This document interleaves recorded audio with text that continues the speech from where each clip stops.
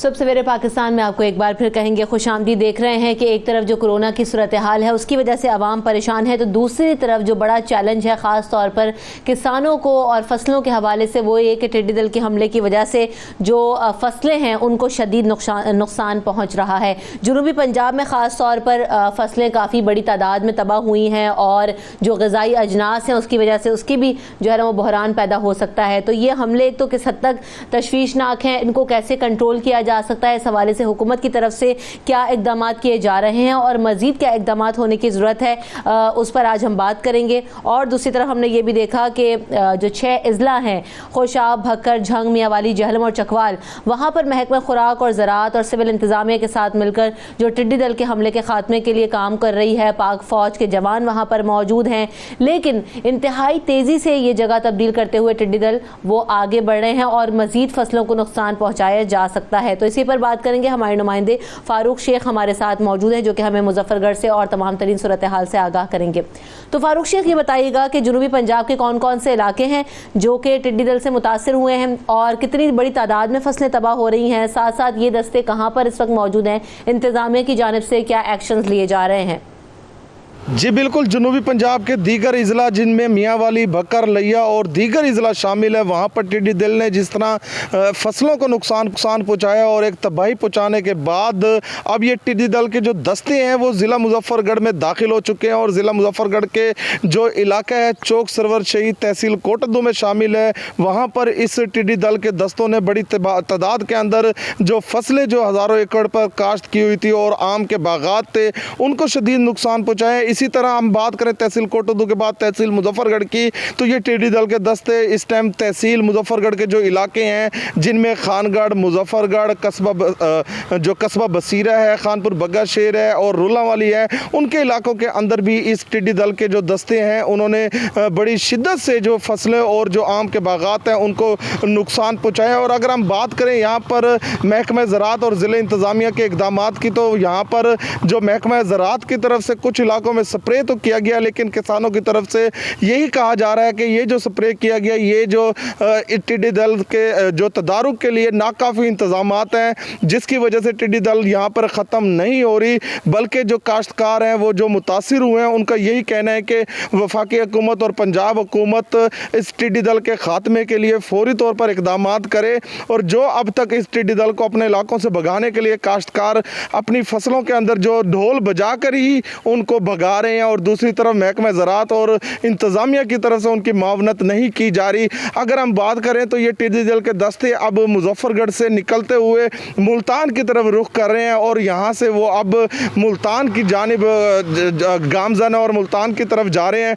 जो इनका रास्ता बताया जा रहा है ज़िले इंतज़ामिया की तरफ से वो यही बताया जा रहा है कि ये मुजफ्फरगढ़ का इलाका जो रुलावाली का पतन गांगा है वहाँ से मुल्तान के हदूद में दाखिल हो रहे हैं। सही, बहुत शुक्रिया फारूक शेख, आपने हमें तफसीलात से आगाह किया। इसी पर बात करेंगे। हमारे साथ खालिद खोकर साहब मौजूद हैं जो कि सदर पाकिस्तान किसान इत्तेहाद हैं और शमसुल इस्लाम खान साहब भी मेरे साथ मौजूद हैं जो कि माहिर उमूर अजनास हैं। आप दोनों के वक्त और आमद का बहुत शुक्रिया। खालिद खोकर साहब, सबसे पहले तो सवाल यही कि जिस तरीके से अब फसलें तबाह हो रही हैं और ये आगे बढ़ते जा रहे हैं दस्ते, मुमकिन बहरान क्या है, किस हद तक ये नुकसानदेह हो सकता है और जो किसान हैं उनको कितना बड़ा चैलेंज है इस हवाले से? लेकिन इसमें कोई शक नहीं कि नेशनल फूड सिक्योरिटी ख़तरे में है। मैं तो ये कहूँगा ये कोरोना से बड़ा चैलेंज है हमारे लिए।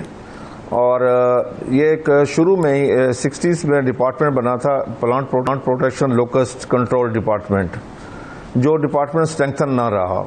उसमें पहले एक वक्त में 22-23 जहाज़ थे, अब 2 हैं उनके पास। इसी तरह उनके पास जो व्हीकल है वो 300-400 होनी चाहिए थी, अब उनके पास 18-19 हैं और टेक्निकल लोग भी उनके पास 20-22 होंगे जो कि 300-400 होने चाहिए।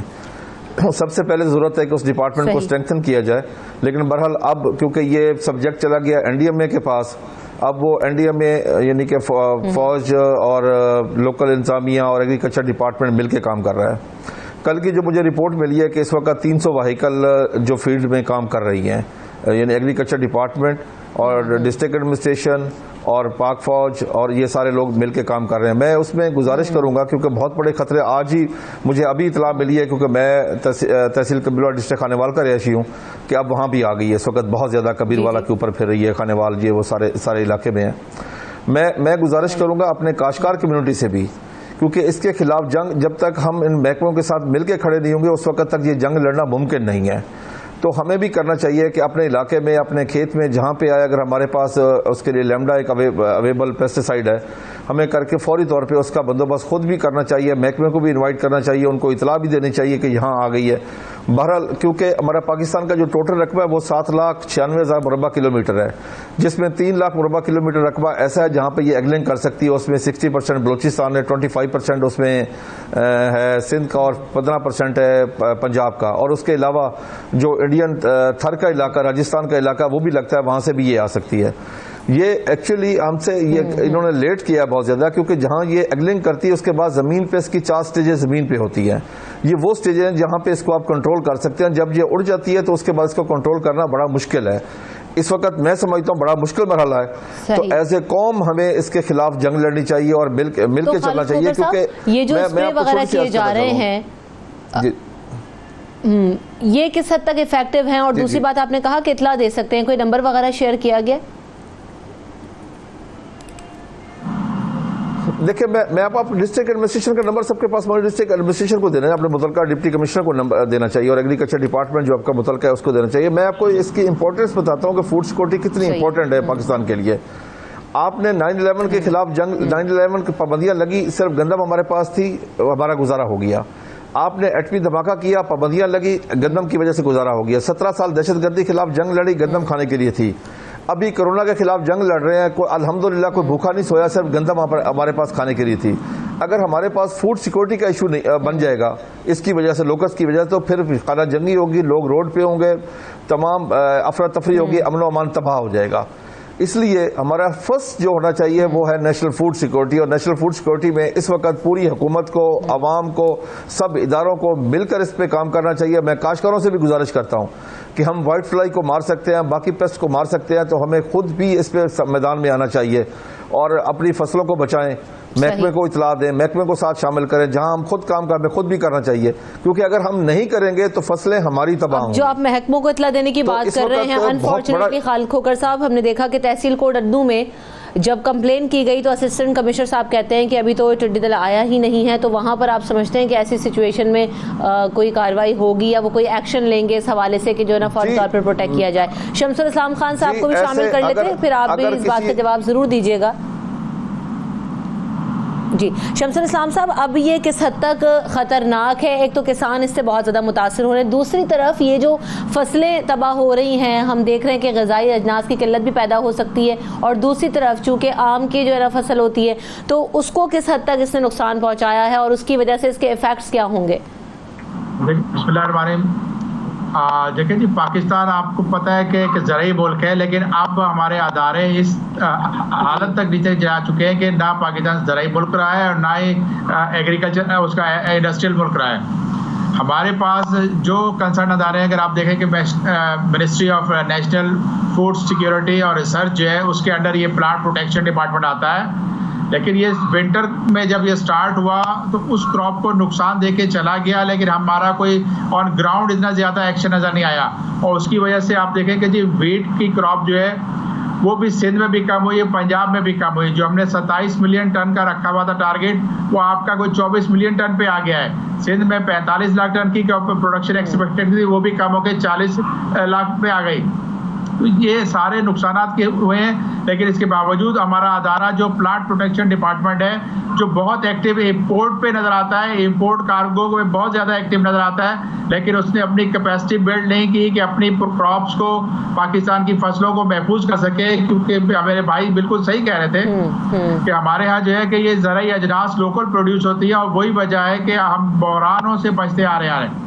लेकिन जब आपके पास क्रॉप जो है, आपकी स्टेपल फूड, आपका जो है वो वीट शॉर्ट हो जाएगी, और आगे अब जो समर क्रॉप आ रही है उसमें आपका जो देखें जी, आपके सबसे इम्पोर्टेंट क्रॉप जो लगाई गई है वो कॉटन की, और उसके बाद राइस की फसल स्टार्ट होनी है। तो इन सब फसलों को अगर नुकसान दिया तो आपकी टोटल एक्सपोर्ट जो टेक्सटाइल पे और राइस पे बेस कर रही थी मेनली, वो तो खतरे में पड़ जाएगी। इससे आपका ना सिर्फ कोरोना वायरस से ज़्यादा नुकसान होगा, क्योंकि कोरोना वायरस तो लोगों को अफेक्ट कर रहा है, लेकिन ये लोगों के ज़िंदगियों को अफेक्ट करेगा, आपकी जो है खाने पीने की चीज़ों को अफेक्ट करेगा, ये पूरे 22 करोड़ लोगों को अफेक्ट करेगा। जी, अच्छा शमसुल इस्लाम साहब, एक और चीज़ ये है, कोरोना का भी जिक्र आया तो हमने देखा कि एक तो गर्मी इतनी ज़्यादा नहीं पड़ी, आम की जो फसल है वो भी लेट हो गई, और दूसरी तरफ ये क्योंकि कोरोना के बायस तमाम तरह एक्सपोर्ट्स बंद हैं तो बड़ी तादाद में आम जो है वो बाहर भेजा जाता है, एक्सपोर्ट किया जाता है, जिसकी वजह से पाकिस्तान को बड़ा फ़ायदा होता है। तो अब ऐसी सिचुएशन में क्या होगा, किस हद तक नुकसान होगा, और क्या इसका इफेक्ट आम की कीमतों पर भी आएगा लोकली पाकिस्तान में? देखिए जी, पाकिस्तान क्योंकि बहुत बड़ी तादाद में फ्रूट भी पैदा करता है सब्जियों के अलावा, और उनमें जो है मेजर क्रॉप आपकी मैंगो की और ऑरेंजेस की है। अभी तक दुनिया खुली हुई थी तो हम जो है एक्सपोर्ट कर रहे थे, लेकिन अब कोरोना वायरस के बाद तकरीबन तमाम मार्केट बंद होकर रह गई हैं। हमारे पास बड़ी अच्छी फसल हुई है, लेकिन लगता यह है कि अब एक्सपोर्ट नहीं हो पाएगी, और इसकी वजह यह है कि आपने पाकिस्तान में जो पेरिशेबल प्रोड्यूस है उसके लिए कोई वैल्यू एडेड प्रोडक्ट्स के ऊपर काम नहीं किया। हम मैंगो को जो है थाईलैंड की तरह जो है डिहाइड्रेटेड मैंगो, स्लाइस मैंगो कर सकते थे, हम इसको मैंगो का पल्प बना सकते हैं, जिस तरह से हमारे पड़ोसी ममालिक में दुनिया भर में 90% मार्केट को कैप्चर किया हुआ है। तो हमने वैल्यू एडिशन पे नहीं गए, हम सिर्फ यही कि ताज़ा फसल आई, तोड़ के और एक्सपोर्ट कर दी। अब ऐसे हालात जब आपकी मार्केट बंद हो चुकी है कोरोना वायरस की वजह से, तो उस वक्त जो है ग्रोअर की जो है आमदनी के ऊपर बहुत ज़्यादा जो असर पड़ेगा, क्योंकि आपका जो एक्सपोर्टर जो है कैसे एक्सपोर्ट करेगा जब बाहर की मार्केट ही बंद है। और साथ ही एक और बड़ा अलमिया है कि पोर्ट पे हज़ारों के हिसाब से कंटेनर जो इम्पोर्ट कार्गो के थे वो फंसे हुए हैं, और इस वक्त एम्प्टी कंटेनर की भी प्रॉब्लम शुरू हो गई है। तो आप एक्सपोर्ट करने जा रहे हैं, आप मार्केट्स को अपनी इंडस्ट्री को खोल रहे हैं, लेकिन आपका जो है इक्विपमेंट अवेलेबल नहीं है कि जिससे आप एक्सपोर्ट कर सकें। तो हुकूमत को फौरी तौर पे इस पर तवज्जो देना पड़ेगी कि वो कंटेनर जो स्टक अप हुए हुए एयरपोर्ट पे वो क्लियर हो, ताकि एम्प्टी का कंटेनर लोगों को मिले। और साथ ही जो है हमें अपने वार फुटिंग पे अपनी पॉलिसी को, एक्सपोर्ट की पॉलिसी को रिस्ट्रक्चर करना पड़ेगा कि हम वो जो सिर्फ कमोडिटी एक्सपोर्ट करने वाले मुल्क थे, अब हमें वैल्यू एडिशन पे जाना चाहिए। हमें मैंगो का पल्प, हमें मैंगो के जूसेस, हमें मैंगो की पाउडर जो ड्राई शक्ल में होता है, और इसके अलावा जो डिहाइड्रेटेड मैंगो जो है, जो आपकी पेरिशेबल क्रॉप को 40% जो क्रॉप आप ज़ाया कर देते हैं, जो आप एक्सपोर्ट नहीं कर पाते, उसको इस्तेमाल किया जाता है पाकिस्तान का, और पाकिस्तान की एक्सपोर्ट बढ़ सकती है, और जिसका अल्टीमेट फौरी तौर पे इन ऑल्टरनेटिव्स में जाना पड़ेगा। बड़ी अच्छी बात आपने की शमसुल इस्लाम साहब, बड़ा अच्छा सजेशन भी है कि आप इसको बेहतर तरीके से यूटिलाइज कर सकते हैं और आगे जाके इन चीज़ों को बेहतर कर सकते हैं। खालिद खोकर साहब, ये जब एक्सपोर्ट नहीं होता फ्रूट, और खाली आम की बात कर नहीं बल्कि और भी दीगर फ्रूट्स हैं और ड्राई फ्रूट्स भी हैं, तो ये सारी चीज़ें अब एक्सपोर्ट नहीं होती। जब एक्सपोर्ट होता है तो अच्छा जो है ना वो मुआवजा मिल जाता है किसानों को भी, तो आप समझते हैं कि उनको भी जो है ना वो कम प्राइसेस पे उनको जो है वो ये चीज़ें ख़रीदी जाएंगी और उनको इतना बेनिफिट नहीं होगा इस दफ़ा? खालिद खोकर साहब देखें जी, शमसुल हसन साहब बड़ी खूबसूरत बात कर रहे थे। हमारा सबसे बड़ा प्रॉब्लम है वैल्यू एडिशन का। पाकिस्तान में वैल्यू एडिशन किसी चीज़ की भी नहीं है। आप कॉटन को ले लें, कॉटन की भी वैल्यू एडिशन जो होनी चाहिए थी वो नहीं थी। अब आप बांग्लादेश को ले लें, उनकी जो टेक्सटाइल की एक्सपोर्ट है वो 39 बिलियन की है, हमारी 13 बिलियन की है, जहाँ पे कॉटन होती नहीं है। ये आप देख लें कि वो क्योंकि वो वैल्यू एडिशन में चले गए। हमारे यहाँ क्या हुआ कि एक टावल बना लिया और एक चादर बना ली, बाहर भेज दिया, इसके अलावा और कोई वैल्यू एडिशन नहीं है। अगर हम सिर्फ एक पेंट और शर्ट भी बना लेते तो मेरे ख्याल में हमारी ये 13 से 50 बिलियन डॉलर तक चली जाती। हम इस वक्त इसीलिए पीछे हैं। बाकी रहा एक्सपोर्ट का मसला, अगर फर्ज किया आम एक्सपोर्ट नहीं होता तो काश्तकार तो मारा जाएगा। एक और चीज़ में जो आपसे बड़ी इंपॉर्टेंट पूछना चाह रही थी वो ये कि इस मसले को नेशनल इमरजेंसी करार दिया गया था, और दूसरी तरफ ये जो इकदाम किए जा रहे हैं वो किस हद तक काफ़ी हैं, और अगर फौरी तौर पर अमल दरामद नहीं किया गया, मजीद इकदाम नहीं किए गए तो किस हद तक नुकसान हो सकता है? यही सवाल लेके खालिद खोकर साहब आपसे भी जवाब चाहूँगी, और शमसुल इस्लाम साहब आपसे भी। फर्स्ट शमसुल इस्लाम साहब आप देखिए जी, आपने नेशनल इमरजेंसी तो डिक्लेयर कर दी, लेकिन अभी तक आवाज़ें जो है सूबों की तरफ से वफाक में जा रही हैं कि वफाक इसका जिम्मेदार है, वफाक को एक्शन लेना होगा। जब नेशनल इमरजेंसी होती है तो सब सूबों को वफाक के साथ मिलके जो है अपनी कैपेसिटी को, अपनी कारकर्दगी को इम्प्रूव करना पड़ता है। इस वक्त जो है सिर्फ सारा जोर जो है आपने वफाक पे डाला हुआ है। इस पे जो आपका जो है टिड्डी दल का जो लोकास का जो इशू आया है, हम सबको मिलके काम करना पड़ेगा, क्योंकि हमारी फूड सिक्योरिटी का इशू आ गया है। और आप अगर इस पे काम नहीं करेंगे और सिर्फ उस पे फंड्स पे रहेंगे तो फंड्स की तो हालत ये है कि आपके पास इतने फंड्स वफाक के पास बचते ही नहीं है कि वो आपको दे सके तो आपके साथ मिलके जो मैन पावर है, जो टेक्निकल उसकी एक्सपर्टीज है वफाक की, उसको साथ करना चाहिए। और मैं यहाँ पे आपको ये ज़रूर एक बात ऐड करना चाहूँगा कि लोकास के बारे में बहुत से एक्सपर्ट ने ये कहा है कि आप पेस्टिसाइड्स को यूज़ करो, लेकिन उसका एक नुकसान भी हो सकता है कि वो आपके एनवायरनमेंट पे और साथ पे जो लोग यूज़ कर रहे हैं उनकी हेल्थ को डेंजर पे डाल सकता है। तो बेहतर तरीका ये है कि आप इसका जो है बायो पेस्टिसाइड्स पे जाएं और इसको एरियल स्प्रे कराएं। और आपका ड्रोन जो आजकल आपका मीडिया भी यूज़ कर रहा होता है, उस किस्म के ड्रोन आते हैं जो एग्रीकल्चर में यूज़ किए जाते हैं, उससे स्प्रे की जा सकती है। और साथ ही आपका जो देहातों से नज़दीक जो शहर है, अगर वहाँ फायर ब्रिगेड है तो वो गाड़ियाँ भी इनको इस्तेमाल में की, क्योंकि इस वक्त इमरजेंसी की पोजीशन है और उसको सबको मिलके इसको काबू करना पड़ेगा, वरना पाकिस्तान अब ये जो शमसुल इस्लाम साहब आप बात कर रहे हैं, आपकी सारी बातें बहुत वैलिड हैं, बहुत अच्छी हैं, बहुत एप्लीकेबल भी हैं, लेकिन हमारे यहाँ जो सिचुएशन है, खालिद खोकर साहब, हमारे यहाँ किसान इतना एजुकेटेड नहीं है, इतना वेल अवेयर नहीं है मॉडर्न एग्रीकल्चर पर। अफसोस की सूरत हाल ये है कि हम बीइंग एन एग्रीकल्चरल कंट्री अभी तक मॉडर्न एग्रीकल्चर को हमने अडॉप्ट नहीं किया जहाँ दुनिया पहुँच चुकी है। तो जो शमसुल इस्लाम साहब बात कर रहे हैं, किस हद तक हमें अवेयर करना होगा अपने किसान को भी कि खुद, जैसे अभी आप भी कह रहे थे खालिद साहब, कि अपना मुकदमा खुद भी लड़ना होगा, क्योंकि सारा पैसा उनका लगा हुआ है, मेहनत लगी हुई है, खून पसीना है वहाँ उन फसलों में। तो एक तो मॉडर्न एग्रीकल्चर की तरफ जाना, ये सारे इकदाम खुद भी करना, अवेयरनेस होना कितना ज़रूरी है हमारे किसानों में। जी, मैं उसमें अर्ज़ करूं कि हमारे पास जदीद टेक्नोलॉजी का फुकतान है जी, और पिछले 30 साल से हम बहुत सी सारी चीज़ों पे मीटिंग्स करते रहे, लेकिन कोई फैसला नहीं कर सके। अब आप इस वक्त आप कपास को ले लें, कपास में हमारे पास जो बीटी जीन है वो चोरी का है, जो अपनी कुव्वत मुदाफ़त खो चुका है। हमारे पास बोलगार्ड 1 है, दुनिया बोलगार्ड 3-4 पे चली गई है, और हम आज तक फैसला नहीं कर सके कि हमने टेक्नोलॉजी लेनी है या नहीं लेनी। 2002 में ये लोग टेक्नोलॉजी देने के लिए आए थे, हमने ना ली, इंडिया ने ले ली। और उससे क्या हुआ कि 92 में हमारी जो पैदावार थी कॉटन की, वो थी 1 करोड़ 28 लाख बेल, इंडिया था 1 करोड़ 10 लाख बेल। आज इंडिया चला गया 4 करोड़ पे, हम कम होके आ गए 85 लाख पे। क्या वजह कि उन्होंने टेक्नोलॉजी अडॉप्ट कर ली और हमने अडॉप्ट नहीं की। एक्चुअली हमारे यहाँ कुछ चीज़ों को सीरियस लिया ही नहीं जा रहा। अब आप ये देखें कि कपास है, कपास दिन ब दिन आपकी कम हो रही है, और उसके कम होने के नुकसान क्या है। आप ये देखें, कपास से 60 से 80 मन लकड़ी मिलती है आपको, जो गरीबों में मुफ्त तकसीम होती है, जो तकरीबन 20,000 रुपये एकड़ के बनती है वो लकड़ी, लेकिन गरीबों में मुफ्त पूरा साल जलाने काम आती है। फिर कपास से आपके एडिबल की इम्पोर्ट की कमी आती है, एक्सपोर्ट में इजाफा होता है। ये नहीं कि आप इम्पोर्ट एक्सपोर्ट को अगर ले लें तो उसमें जो सबसे ज़्यादा आपको फ़ायदा दी वो कपास है। फिर कपास से एक चीज़ और है, जो आपकी ये सबसे बड़ी चेन है लेबर की, इसमें सबसे ज़्यादा लेबर इस्तेमाल होती है। ये नहीं कि गरीब खातून है वो चुनाई करती है, चौपा लगाती है, गोडी करती है, उसको पैसे मिलते हैं, बाकी मजदूर है सब उसमें काम, टेक्सटाइल है, जिन्हें है, बहुत सारा, एक सबसे लंबी चेन है, आखिर दर्जी तक इसमें काम करता है, लेकिन उस तरफ तवज्जो नहीं दी जा रही। मैं आपको एक चीज़ अर्ज करता चलूँ, चंद दिन पहले मैंने उस दिन को मनहूस दिन करार दिया था पाकिस्तान के लिए, फार्मर के लिए और ज़राअत के लिए, जिस दिन हमारी समरी ECC में मुस्तरद हुई थी उसकी सपोर्ट प्राइस की। कॉटन की national food security ministry support price की लेके गई कि 4224 रुपए काश्तकार को कॉटन की सपोर्ट प्राइस दी जाए, ताकि उसको हिम्मत मिले, वो काश करे और उस पर खर्चा करे। लेकिन वहाँ कसरत रह से उसको मुस्तरद कर दिया गया, हालांकि पूरी दुनिया काश्तकार को सपोर्ट प्राइस देती है। पाकिस्तान में क्या हुआ, एप्टमा जीत गई और काश्तकार हार गया। आप यकीन कर ले, हम तो शिकस्त खुर्दा, हर जगह पे हमें शिकस्त मिलती है, हमारे नाम पे इंडस्ट्री ले जाती है। अब ये देखें, हमने पिछले साल आप देखें गन्ना बेचा 180 रुपए, गरीबों को चीनी मिली 80 रुपए किलो। हमने इससे पिछले साल आलू बेचा 3-4 रुपए किलो, गरीब को आलू मिला 30-40 रुपए किलो। हमने इससे पिछले साल गंदम बेची 1100 से 1300 रुपए, लेकिन गरीब जो मुल्क का शहरी है उसका उतना ही इस्तेकाक है जितना मेरा है, आपका है, सबका है, उसको वही आटा मिला 60 से 80 रुपए किलो। दरमियान में कौन खा गया?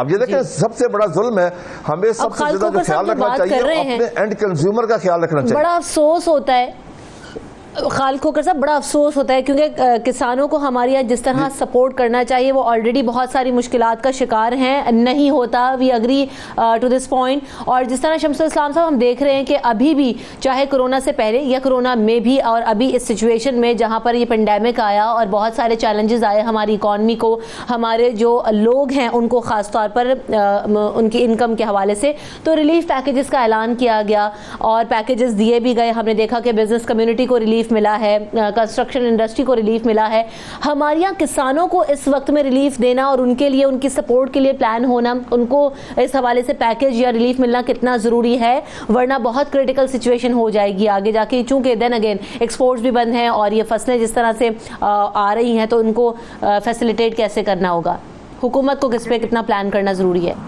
अभी हाल ही में आपने देखा होगा कि हुकूमत ने एक रिलीफ पैकेज जो है किसानों के लिए अनाउंस किया है, तकरीबन 50 अरब रुपए का जो है ग्रोअर के लिए पैकेज रखा गया है। बात यह है कि हमारी जो कंसर्न मिनिस्ट्री है ना वो काम कर रही है, ना हमारा जो ग्रोअर की एसोसिएशन है वो अपने लोगों को अवेयर नहीं करते। अभी भाई कह रहे थे कि हमारा ग्रोअर उसको कुछ पता ही नहीं है। आपको टेक्नोलॉजी बहुत बड़ी नहीं लानी, आपको सिर्फ ये आवाज़ उठानी है कि जो सीड कंपनीज बाहर से रेडीमेड बने बनाए सीड लेके आ रहे हैं यहाँ पे, उसको ख़त्म करें। यहाँ पर अगर किसी बड़ी कंपनी को, सीड कंपनी को आना है तो यहीं पे लोकल माहौल पे, लोकल मौसम के हिसाब से आपको सीड को डेवलप करें। यही इंडिया में काम हुआ है, लेकिन पाकिस्तान में आज भी जो है इंपोर्टेड सीड आ रहा है, कमर्शियल इंपोर्टर जो है वो सीड लेकर आ रहे हैं और जिसका नुकसान ग्रोअर का होता है। ग्रोअर को आप, आज स्मार्टफोन का दौर है, आप डिजिटल इकोनॉमी करने जा रहे हैं तो आपको अपने ग्रोअर को फोन के साथ लिंक करना पड़ेगा, मिनिस्ट्री ऑफ एग्रीकल्चर के साथ और नेशनल फूड सिक्योरिटी और रिसर्च के साथ। आप, इसका एक मिसाल है कि 4,000 रुपये का एक मोबाइल अगर आता है, उसको एक मोबाइल ऐप के जरिए उसको ग्रोअर को लिंक कर लो और उसके साथ कनेक्ट हो जाए कि आपका जो है इंफॉर्मेशन अलर्ट टाइम पे जाती रहे, उसकी ज़ुबान में, लोकल मुकामी ज़ुबान में जाए, तो वो ग्रोअर इससे पे फ़ायदा उठा सकता है और अपना काम कर सकता है। साथ ही आप देखेंगे कि आपको इस वक्त जो है ये भी करना पड़ेगा कि आप जो है ग्रोअर्स की हालत बेहतर करने के लिए ग्रोअर्स को अपनी जो है कोऑपरेटिव बनानी पड़ेंगी। पाकिस्तान में अभी तक इस कॉन्सेप्ट पे किसी ग्रोअर ने काम नहीं किया। ग्रोअर्स की एसोसिएशन बहुत ज़्यादा है, किसान इत्तेहाद है, बहुत सारे इस नाम के मैं देखता हूँ, लेकिन उन्होंने कोऑपरेटिव नहीं बनाई।